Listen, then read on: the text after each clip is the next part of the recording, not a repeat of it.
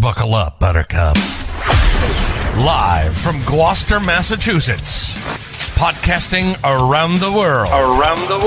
You're listening to the GloucesterCast podcast, a production of Joey Shimataro and Good Morning Gloucester Media. Kick back, relax, and enjoy the show with your host, Joey Shimataro, and his crew of merry castaways.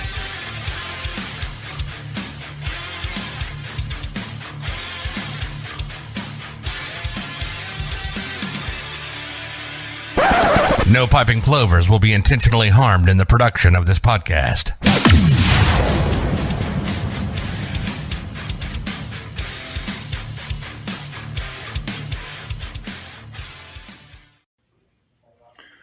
Good morning, Gloucester. Hey. This is a very, very special episode of Good Morning Gloucester, the GloucesterCast podcast. Chris Spittle is with us. He is the man behind Cape Ann Weather. He's going to be with us just in a few seconds. He's sharing the broadcast to his personal page, which is Cape Ann Weather, facebook.com, Cape Ann Weather. And he is the go-to most, what's the word for not reliable, but not also like honest, straightforward, Straight shooter. no bullshit. Yeah. No bullshit. Drama, no bullshit. No drama, no bullshit. I'm also joined by Jimmy Dalpiaz right here. Good morning, Gloucester. And there's Chris Spittle. He just joined us. And Pat Dalpiaz is manning the keyboard. She will be fielding the questions from our viewers. And if you notice, they're twinning with the Cape Ann Weather hoodies. Chris, are those hoodies available for purchase?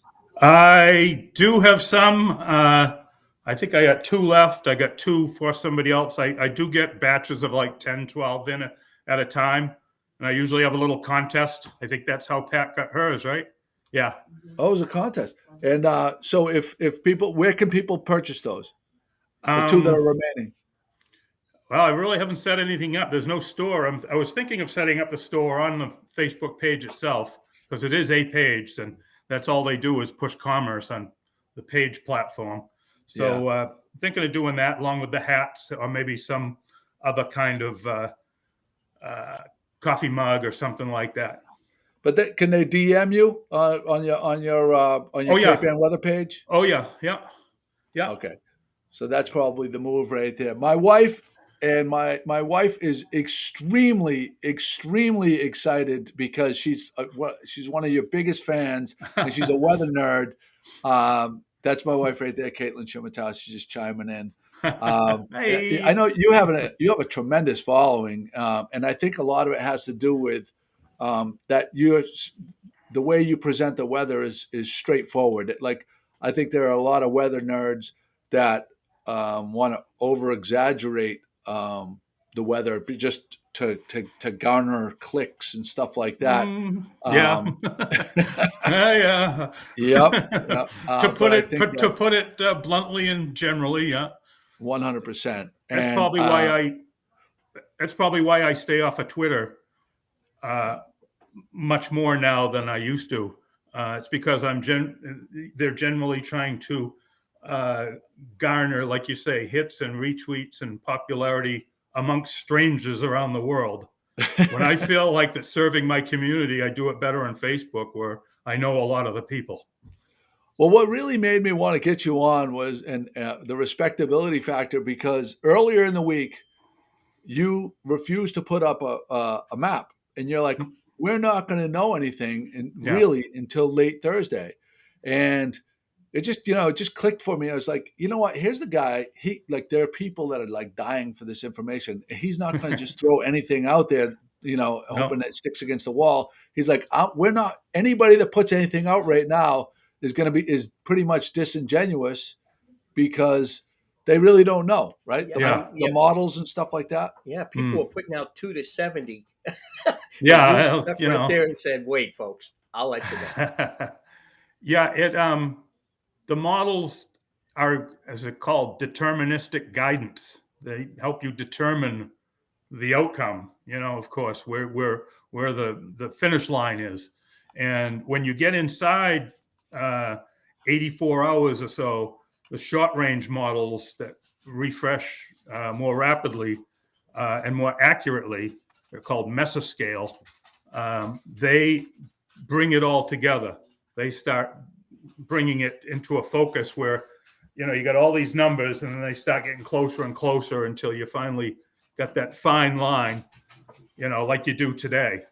So I think keeping my dog busy here with biscuits. Now, Big ones. I'd also like to mention that if anybody has any specific questions for Chris, you can ask them. We're on Facebook Live right now.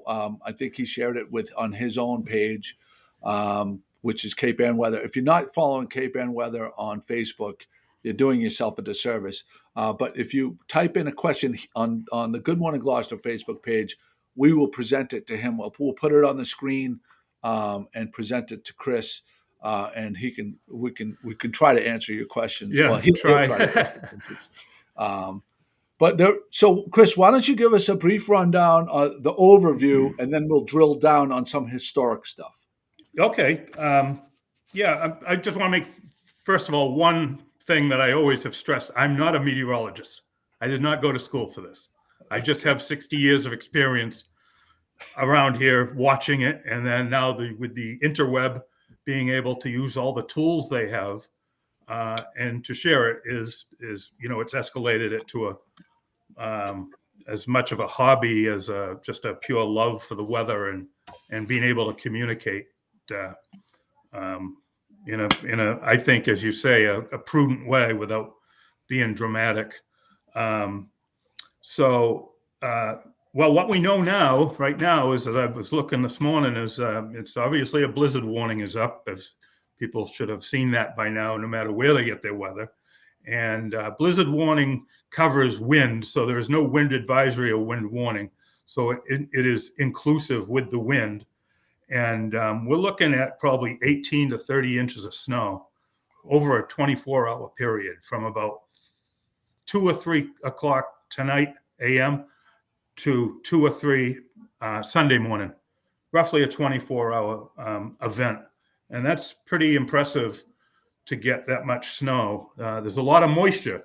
Two pieces, a piece came from Utah and a piece came from Canada. They're merging off of Florida, tapping all that moisture down there and just going to funnel it right up into our area.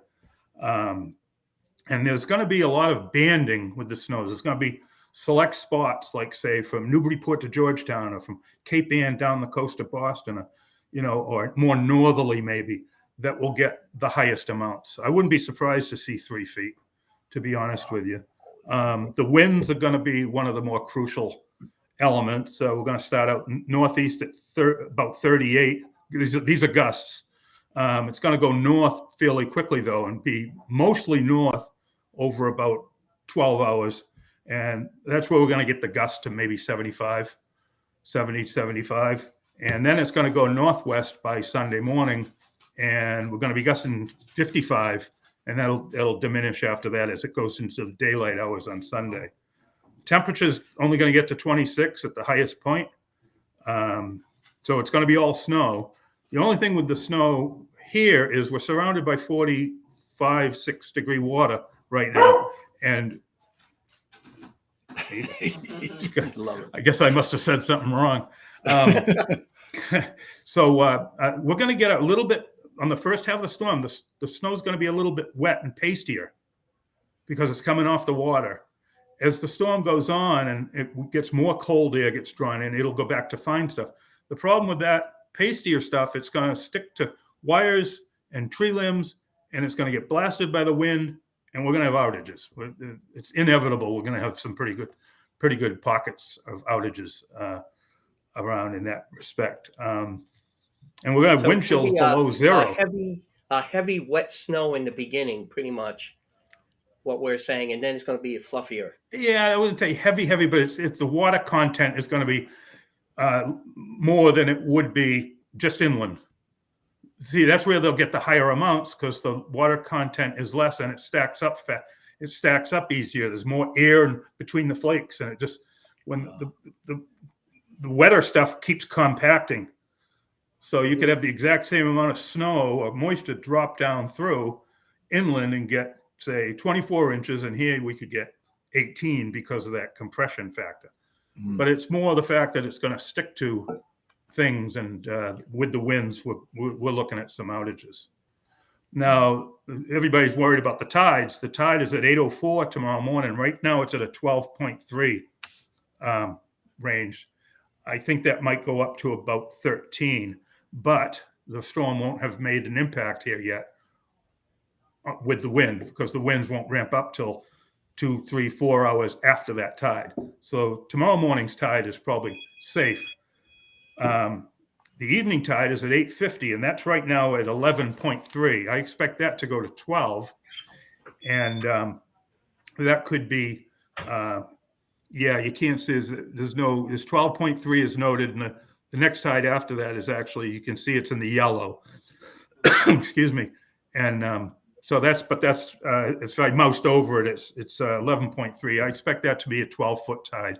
And that actually is about the time that the wind starts shifting more to the northwest. So we're basically dodging a bullet at the peak time of the storm, and the winds are going to be in the middle between the two high tide cycles. So we're actually dodging that bullet.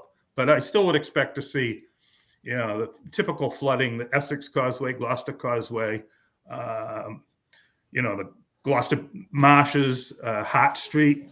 Somebody's concerned down there. So those are the key spots. The usual vulnerable spots that we see we'll still get the flooding. Is there any room for with the winds? You were saying that we should see a certain wind speed, or at a certain, I guess the tide, you were saying certain times, 8:04. We have a tide. Is there any room with the winds? Like you were saying, we should see this, we could see that. Is there room that it could move either way? I don't, at this point, this short amount of time, I don't see that.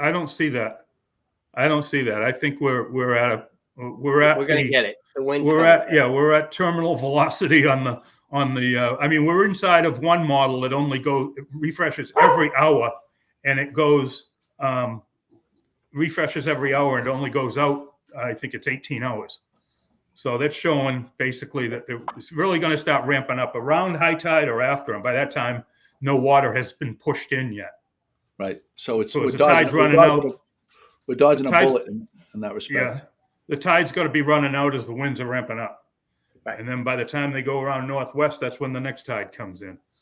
So, but that second tide, tomorrow night's tide is a lot lower to begin with. It's not as high of a starting tide. Right. It's the numbers I gave you. I think that run at 12.3. That's including the surge. That's including a surge. So that's not 12.3 plus. It is a new moon, and another day or two, but it's not really astronomically high. Okay, Pat, you want to go to back to that chart that you just put up? The tide chart? The tide one, yeah. Okay, now you were telling us right there on the 12.3, and that's roughly at 8:03 that you're saying, and you can see how the next couple of days is still pretty high and stuff. I'm going to ask you to take a look at and tell us a little bit why we have the Boston historic crest and the Gloucester. Explain that a little bit. That was really interesting when we were off air. You explained that. That was great. Sure. Let's hear that. This is the projected tides. For some reason, it's not showing the past tides, but the dead center is the current time when that shot was made. If you see, it says 12.3 between the orange and the red at the peak tide tomorrow morning. And if you look at the historic crests on the left side under Gloucester, that would bring it to the third highest tide recorded in Gloucester. Oh, yeah. But however, these numbers you can see are only in the last 10 years. They don't go back very far. Right. So what I did was include the Boston tides on the other side. And as you can see, this 12.3 tide would not even be in the top 10 under Boston, because the number 10 is 13.8. So a 12.3 tide isn't that significant historically for Boston, but in this past century, it would rank as number 3. Right. Right. And I see that in Boston, you did list, so many people are talking about this. And even this morning, while we were getting ready, people were making phone calls and asking and comparing this storm to the 78 storm, or the one that was, I think it was 2014 or 15. They're asking, is this going to be the same? Because I went through that one and I made this mistake, or I wasn't ready for this. So, Yeah. how can you relate to that? How do you answer some of that for some people? Well, I did some comparisons with the blizzard of 78, the numbers I could find, and the expected numbers we're going to get from this storm as I see it right now. And the central pressure of the blizzard of 78 was 984 millibars. This storm's expected to be about 20 less than that, a stronger storm. The wind, top wind locally was 74 on Thatchers during the blizzard of 78.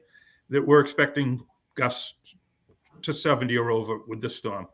The key point is the blizzard of 78 lasted 34 plus hours of the snow and the wind. This storm's only going to be 22, 24, maybe 26, and the wind's going to shift around. It's not going to be a steady wind, as we know from the north, all that time. It's going to go northwest on the back 2 or 3 hours, and it's going to be northeast on the first 2 or 3 hours before it goes to a steady north. So that's good. I think that's a point some people may not appreciate. You really have to think about that. The storm of 70, the blizzard of 78, it was sustained for how many days in the same exact direction? Well, 33 hours. 33 hours. Yeah. So people can kind of visualize this. So my lobstermen, when they're planning to go fishing, if there's a northeast storm and it's like like say we have a bad wind, a 35 mile an hour wind for one day, and then it's all northeast, and then the following day it turns around the opposite direction. Yeah, it'll knock that sea down. Yeah, sure. And they may go fishing the following day. Sure. If it's northeast 35 today and then tomorrow 20 miles an hour northeast or 15 miles northeast, it's still going to be pretty rough because it didn't come from the opposite direction. Right, Chris? Yeah, and that's what's going to happen when the wind goes northwest here. It's going to knock down on that third tide Sunday morning. I don't even have that down because it's really negligible. It's not going to matter. It will be interesting, as I mentioned before, the new Lanesville seawall. That should hold up pretty good. I mean, it was flattened in 78. The pitches are just totally flattened, and then they shabbily, repaired it and put it back together again. Then over a course of a few more storms, it went right back until they finally did this really, really good-looking structure out there. I've been out there to look at it, and it's really the way it's contoured and everything. You can't. When it goes northwest, now that's across Ipswich Bay, coming from, say, Ipswich, Cranes Beach, that area. There's no real open area, and it's not the open sea. You're just it's just going to pick up across Ipswich Bay and do what it does with that short amount of time or distance. Right. So so you think that, but it'll be a test though. It'll be interesting to see what happens. It'll be interesting to see if it loses any teeth. That's what we always say about the Rockport breakwater. Are you ready for any of the maps, Chris? Yeah, we already went over the tide chart there. I think I kind of went over everything I was going to say on the other chart anyway. Let's put it up. Let's put the other put it chart up anyway.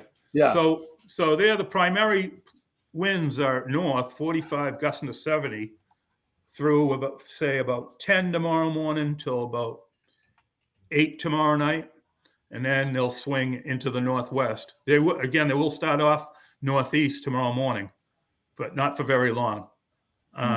You see the water temperature is 43, so any snow comes in onto the island or even into West Gloucester will be a little bit more pasty than the dry stuff further inland. Because there's a blizzard warning out, the coastal issues I just talked about with that tide chart, the times there, And again, the peak is going to be in between those two tides. And for Can you- mariners, yep. Can you speak to? You can take that chart down. Yeah. Can you speak to So there are only so many crews for the power crews that get dispatched, right? Yeah. How big of a swath is this going to affect? And do you think? And another point that I don't know if you said this or someone else said this, that they are not allowed to work on power lines over Yep. 35 miles an hour wind. I did post that. Actually, it was a repost of something. As a matter of fact, on my page, I have a couple of linemen that follow me, and basically, I guess I'm working this weekend. So, but yeah, they cannot go up in those buckets when it's 35 miles or more, the wind speed. So, if your power goes out at noon tomorrow, they probably can't even start working on it until midnight. So this isn't going to be, and it's not just going to be one. There's going to be tons of these. So I would imagine that there's just going to be a bunch of small ones. And I don't know that much about the grid, but it seems to me that when we had a storm like this, we get a bunch of small ones, then suddenly a big area goes out, gets overloaded. That's my assumption. I don't know anything about how the grid works, but that's the way it seems as I've watched them that it happens. So geographically, what area is like from how far north to how far south is like the major impact for this storm? On not just Cape Ann, I'm saying New England wise. Oh, the blizzard warning is all of Eastern Mass, and it's going to run up they're going to get the same conditions we're going to see in New Hampshire and Maine. But then again, they don't have north-facing coastlines. Right. Their thing will mainly be the wind and the snow causing their issues. Not it's so just much because we stick out. So basically the northern end of Rockport is really going to get hammered, right? Yeah. Andrews Point was a vulnerable spot in the blizzard of 78. There were two houses out there. I had a picture of one I had posted a couple of days ago that it took out the first floor and the roof just came down with the dormers on top of it. And right next to it was a stone house. And the stone house looked like it didn't have a scratch on it, So, I mean, and those ledges, you see them from the boat, you see them from the shore. There's ledges of granite that just slide off, like at Halibut Point. Of course, there's nothing over there to really hit. But same thing with Andrews Point, and I think it's called Cathedral or whatever. Cathedral Ledge. Over near the Ralph Waldo Emerson. Those are the places where the water can really run up and slide on that, because it's not like a breakwater and it's not porous with large rocks. It's just flat stone. So the water just runs right up it. Wow. That's amazing. If anybody has any questions, type in the questions for Chris. Is there anything that anybody asking specific questions? How do captains keep their boats safe in harbor? Well, they lash line, I don't as know many if that's lines.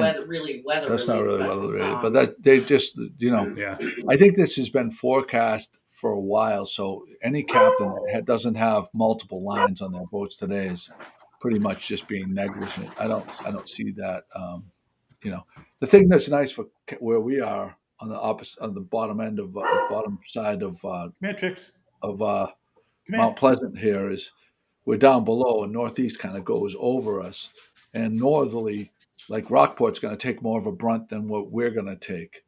But still, the winds, the sustained winds, I have to think that the power outages are the main that, and so there'll be some coastal flooding, but not nearly what it could have been. A lot of stuff, a lot of the infrastructure, whatever you want to call it, the seawall at Lanesville, the seawall at Pigeon Cove, the breakwater at Rockport Harbor, they've all been fortified through storm damage. For that's one thing, and another is, a couple of the houses that have been taken out were taken out, like in the perfect storm out at the end of Bass Rocks, where that sharp corner is before you go down to Niles. There was a house there that got totally undermined. They put a big seawall up right in front of it when they rebuilt it. So there's a lot of fortification that's gone on over the years from the storms to make things less prone to damage. You did mention too that there's going to be erosion. It's going to happen. Oh yeah. And you mentioned Wingasheek and a few others. And Wingasheek, Coffin's Beach. If I watch sometimes I post the front beach cam at the Captain's Bounty, and it looks right down on the beach and out to Sandy Bay. And I've never seen so many rocks exposed. Usually it's all sand. Now this happens every winter, and in the spring it comes back. It just gets fed back in. But that just goes to show you that the waves are gonna. I'll be interested if anybody takes any pictures on that seawall, any of that cupping from the end of Bearskin Neck into downtown Rockport and around the back beach. That's going to be like a funnel area, and some of them are just straight walls. And in the past, the water hits the wall, and it has nowhere to go but up. It's like that Winthrop seawall that everybody takes those dramatic, well, the water's got to go somewhere, so it goes up. And it rips the shingles off of those houses that are right on the edge. Oh, wow. So, you know what I mean? There were pictures after a nor'easter, I don't even know what year it was, that had the whole side was right down to that foil mylar moisture barrier stuff. All the shingles were gone. So, my goodness. So, each storm's different. That's what I love about it.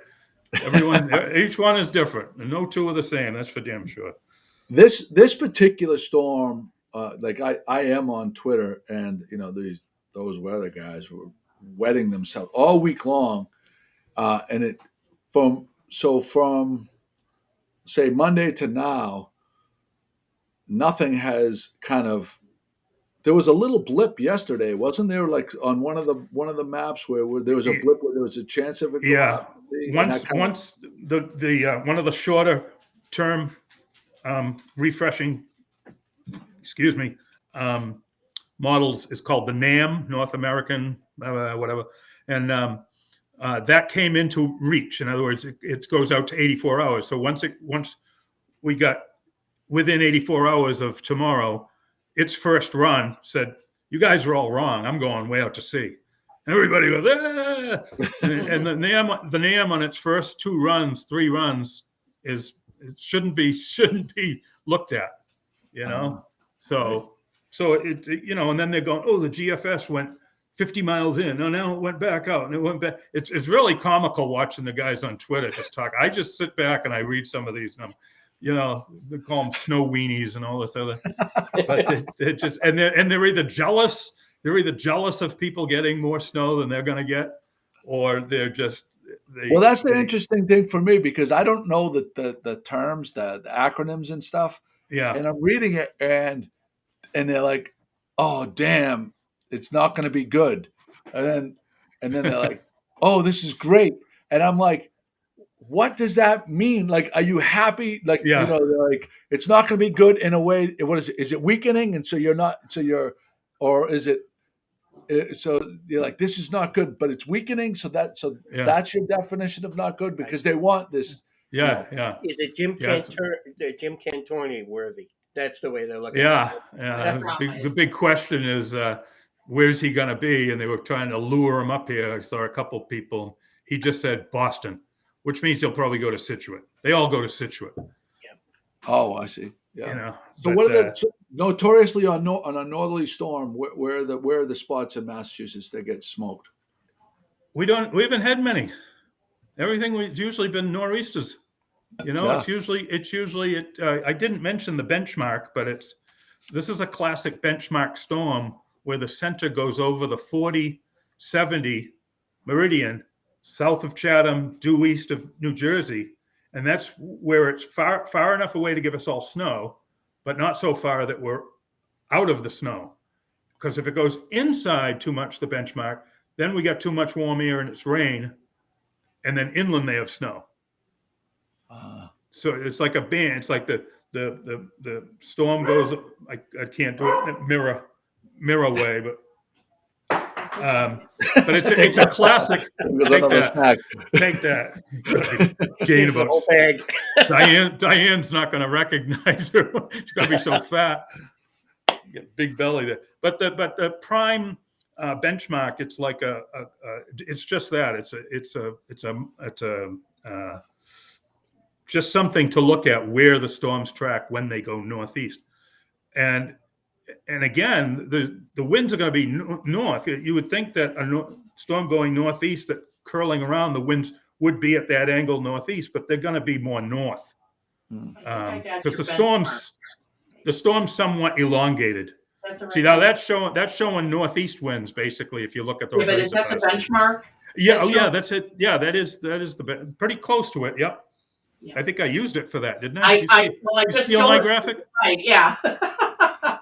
It's all public domain. But see, that's already showing it at 976 millibars. Remember, I mentioned that the blizzard 78 was 984. So wait, say it again, right, Chris? See, it says 976 millibars. Yep. The perfect storm was 984. So this is a stronger, tighter storm. Wow. It doesn't surprise me. Storms are going to be more intense now. The extremes are just getting. You just got to see what it's doing everywhere. There's these storms everywhere. Some of it's that the media covers everything now, so you hear about everything that you didn't hear about a few years ago. Right. So that's not really a good way to look at it. But it just seems like this will be, if this pans out, which it probably will be probably the top 3 that I've seen. I mean, I lived through the blizzard of 78 in downtown Gloucester, and I lived through the perfect storm in downtown Rockport. And top 3. Yeah, it's pretty. I would say. Granted, I was in New Hampshire for 4 years, and during 2015, and that was just snow. I don't think there was much as far as wind and coastal damage, but I wasn't here. I really was out of the loop, so to speak. But yeah, the blizzard of 78 is. I think that the one that everybody compares it to. For me, that was the granddaddy for as far as I'm concerned. Yeah, those photos of the car stranded on 128. Yeah, and think about technology though. Then flat tires, bias ply tires with just 4 rear-wheel drive. I mean, now we got these monster urban assault vehicles. I mean SUVs. that have 4-wheel drive and tires the size of the Hindenburg. So, it's a lot harder to, but it only takes one accident. Right. It doesn't matter what you're driving if you can't get around it. That Virginia deal a couple of weeks ago, that was something. Yeah. They had, and it's funny. I'm taking my daughter to Charleston in a couple of weeks to look at some schools down there. And I was looking at a video of one of the students made of, with the pros and cons of this particular school down in South Carolina. And they said that they get an incredible amount of days off for snow days and hurricane days. And I thought it was interesting, snow days, but because they have virtually zero snow removal equipment, any threat of snow, they cancel school. They probably get more snow days off than we do here, and that's what the students are saying. Yeah, because they get paralyzed easier. Right. I'll say one thing though too about that, whether it's down there or up here, is people have heard so many forecasts that don't pan out, and had a few comments on my post saying, "No, they told us da last week or 2 weeks ago, and we only get this." And well, yeah, you got that there, but 20 miles away, they got 10 inches of snow, which was forecast. So, Chris, I'm not asking you to look in your crystal ball or anything else, but how are you predicting our winter? What are you kind of saying? I don't do that. I don't do it. I take it as it comes. If it's the flag that says, you'll see somebody post a 384-hour map or whatever the GFS reach is, and I'll look at it once a day for a week before it's either this is interesting or why am I wasting my time?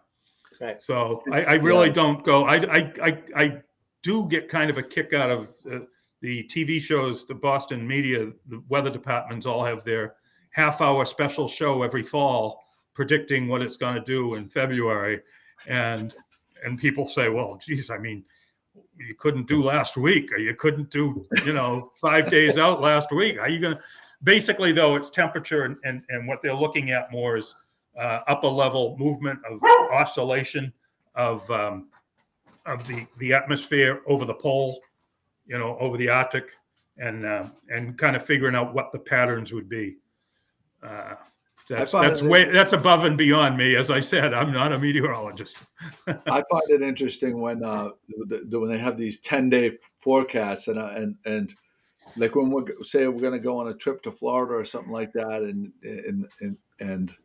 and someone I may or may not know through marriage mentions the 10-day, what it's going to be 10 days from now, and I'm like, no, can't do it. Can't do it. No. Julia Juwi Khan says, Chris gives the most accurate forecast for our area. Thank you for your work. A lot of people chiming in. There's my wife. I guess she is watching. She is listening. She is watching. Yeah. She goes, yep, that's me. I'm the one that but who's that with her? She loves that 10-day forecast.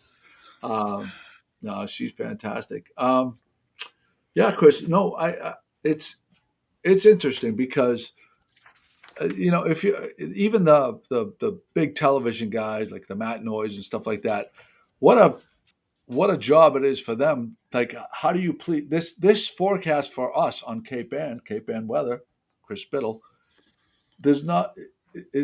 Worcester is two different things. Like that's why we're so blessed to have Chris and his service, free service that he does. If he has. In the future, if he has hats or he has sweatshirts, purchase them because support the cause, because he's doing God's work here. Like it is in relation to what is going to happen in our community, not what's happening in Worcester, not a generic thing, statement for all of Massachusetts and New Hampshire and Southern, and Connecticut. And he certainly needs a GoFundMe page to replace those dog bones, because he's just throwing them left and right here. It's still got a few left. They smell horrible. But the other thing, I don't even cover Western Essex County, just Eastern Essex County, because that's the National Weather Service zone for Cape Ann. It includes anywhere from Newburyport and Amesbury down through us into Georgetown, Hamilton, and down to Lynn and Saugus. And I do that because their forecasts are based on that whole zone, not just Cape Ann. I kind of finalize it for Cape Ann. But I have Topsfield is not in Eastern Essex County. They're the first town in Western. And they're, well, why don't you ever mention Topsfield? I said, well, my coverage area is this. But yeah, I mean, the media has to cover 1 billion square miles. They're doing all of New England or all of Mass and Rhode Island, Connecticut, Maine, whatever. And I suppose you have to be right somewhere when you're doing a large area like that. But I like the microclimate of Cape Ann, and a specific example was I think it was in November 2018. We got 4, 5, 6 inches of really wet snow in Lanesville on the back spine of the island. And I lived in downtown Gloucester at the time, and there was nothing. There was a little bit of slush. Right. And I jumped on Scotty Pantage's Cater bus to go to Rockport, and we went through this winter wonderland over in Lanesville and Bayview and all that. I'm like, wow, that's, just a 5, 6, 7 mile difference. You go from 4 or 5 inches to nothing. So I like that microclimate. It has a lot to do with the water temperature and the wind direction. Yeah. Another thing is in the spring, when in the early summer, when our water temperature is cooler, and you can be in Topsfield and it'd be, say, 70 degrees, and Gloucester may be, 60, and then in the opposite side of it, when the water temperature warms up late in the fall, Gloucester may be like 7 or 8 degrees warmer because we have the ocean air around us and stuff like that. Yeah. again, the water temperature makes it a really unique area. Um, and That's okay. Don't worry about the dog. I know, as long as nobody knocks on the door, then she'll go haywire. All right. Well, Chris, thank you so much. Is there Sure. any? So I want to make sure we got the link up there. Yeah, I just got a and- couple of notes here. I want to Please. mention that, of course, you should get what you need today. Charge everything up. You get these little power blocks. They look like a cell phone, but they're blank, and you can power them up. I got 3 of them here from Walgreens, and I can charge my phone 3 times from each one. So I got 9 full charges of phone on those 3 blocks. If you got a hydrant anywhere near your house, go out and dig it out when you can. And basically, in your basic shoveling, you should go out there and do it every 2-3 hours tomorrow. You don't want to do 2 feet of snow all at once. So you keep up with it, you'll be all right. Power goes out. You gotta realize too that if there's any type of emergency needs, that it could be difficult to go down certain streets and areas. I mean, you got to respect the parking bans, and again, keep ahead of the game by shoveling. Often you'll save yourself a lot. You might say, well, I'm doing it 4 times instead of once. Well, in the end, you'll thank the fact that you did it 4 times because you didn't really do as much work. But some people do not have that luxury of physicality and or a generator as I have, or a brand new cord of kiln drying wood as I have, which I just got. So they don't have that luxury. So losing power, I mean, the wind chill is going to be pretty cold tomorrow and tomorrow night. So with the linemen not being able to get up in the buckets, it could be a day or so. We had a day or so. What was it? I don't even remember. In November, was it? We had a storm where we had pretty good outages, and there were people a few days that went a few days without it, and it wasn't that cold. So this makes it more extreme. Yeah. So, but I thank you very much for having me on, guys. I really appreciate it. It's one of those things where it's mutually beneficial, but also for the viewers are the winners here because I think a lot of people know about you already. But if we can introduce you to a wider audience and your services that you provide, I think that's what's always in our best interest is to provide our viewers with the best, and you're the best in the area. Thanks. It goes both ways. Yeah.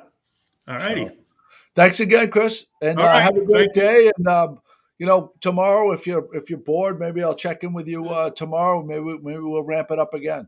Okay. Sure enough. I'm not All going right. anywhere. I hope nobody else is either if they don't have to. Thanks so much, Chris. All right. Cheers, guys. Bye. He was a great guest. Yeah. Very knowledgeable. It was a great idea to have him on and just he'd tell it like it is, like you were saying. And he was giving the information out, and I'm sure people got a lot of it. Well, what happened was it clicked for me when he earlier in the week when he said, I'm not putting out a map, because we don't know, anybody, basically he was saying, anybody puts these maps up before Thursday, and I was anxiously awaiting his map, and I was like, why don't we just have him on, because he can share this to his page. We could put it on Good Morning Gloucester. People can learn about him. It's one of those, how we what I always say, whenever there's a win-win-win, that's what we like to get after. And this is a win-win-win. And I love the fact too that he said, look, one model, they come out every 12 to 16 hours. And he says, folks, this one came out. It hasn't changed. It's coming. And I like that he said, here it is, and that's what we need. I think there was a couple points that I took out of it big time. The one was the dodging the bullet with the tides. That the big tide that we're going to have is tomorrow morning, but the storm wouldn't have been ramped up by then. Number 2, the amount of snow is enormous snow, and then number 3, he said this top 3 storm of his time thing there. That's impressive. That's kind of scary, but it's, it's all kind of like my mind. I think a lot of people's minds are just like Sure. going like this. But preparation is key. Yeah. Mhm. Like everybody, charge up those things. Get your firewood in. Make sure it's dry. And I'd Yeah. like to, my favorite brother-in-law suggests that everybody make sure that their furnace vents are clear. Okay. That's a big one that sometimes people forget. Yeah. Big safety thing. Yeah. And There's a lot of snow coming. and if you have a storm drain near your house, if you can clear the storm drains, it makes things. And I read this. I think it was it might have been the Gloucester DPW. If you even if it's just a shovel width, Right. that'll help the water drain quite a bit. Yeah, I love the DPWs out there. They're planning. I could see for days now. They're getting things ready and ramped up for it. And then, that's kudos. I just love the planning that's in the city. New here all the time now. I'm seeing all these great things that people are doing and for Gloucester, and keep it up. Gloucester doing great work. All right. Well, I'll check in with Chris later on today. Okay. And we will maybe potentially tomorrow at some point we'll check if we have power. I mean, Yeah. if we have power, we'll try to check in with him again. So stay tuned. Follow Cape Ann Weather on Facebook. Good Morning Gloucester. I'm sure that. By the way, for our viewers, send in your storm photos. I mean, because we're not going to be doing a whole other than shoveling tomorrow. We're going to be looking for stuff to do. Don't risk your neck, but Don't if risk you've got something to share, please share it. Yeah. Please share it. We'll post it and give you credit for that. So Brenda Shakile says, don't forget to shovel out your hydrants. Should I do a little rundown? I'll do a little rundown. Sure. And I saw that somebody was saying, don't forget to stock up on your whiskey and whatever you need. Oh, Joe. Joe Higgins. And Ed Collard, that was it. And Ed Collard made his suggestion to him. Thanks, Ed. Kathy Barlow, my beautiful wife Kate, my mom, Robert and Annette Spanks, the swingers from the Villages down in Florida, Jill Boulay, Don Pierce, Brenda Grimes Davis, Joe Higgins, Ed Collard, Ryan Hussey, Cynthia Meinhardt Van Noos, Sandy Noble, Wes Thibodeau, Mike Coder, Mary McLeod Tucker, Annie Rochon, Eric Berkender, Cynthia, we already said her, Pam, Pam Tuffley,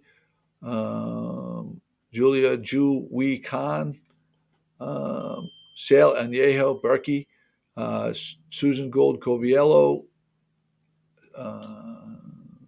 Anybody we're missing? I think that was everybody. Thank you for joining us.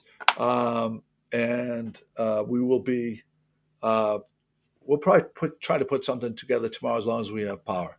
Everybody stay safe. Thanks for joining us and have a great day. Stay safe, guys. Give it this Little town with big news.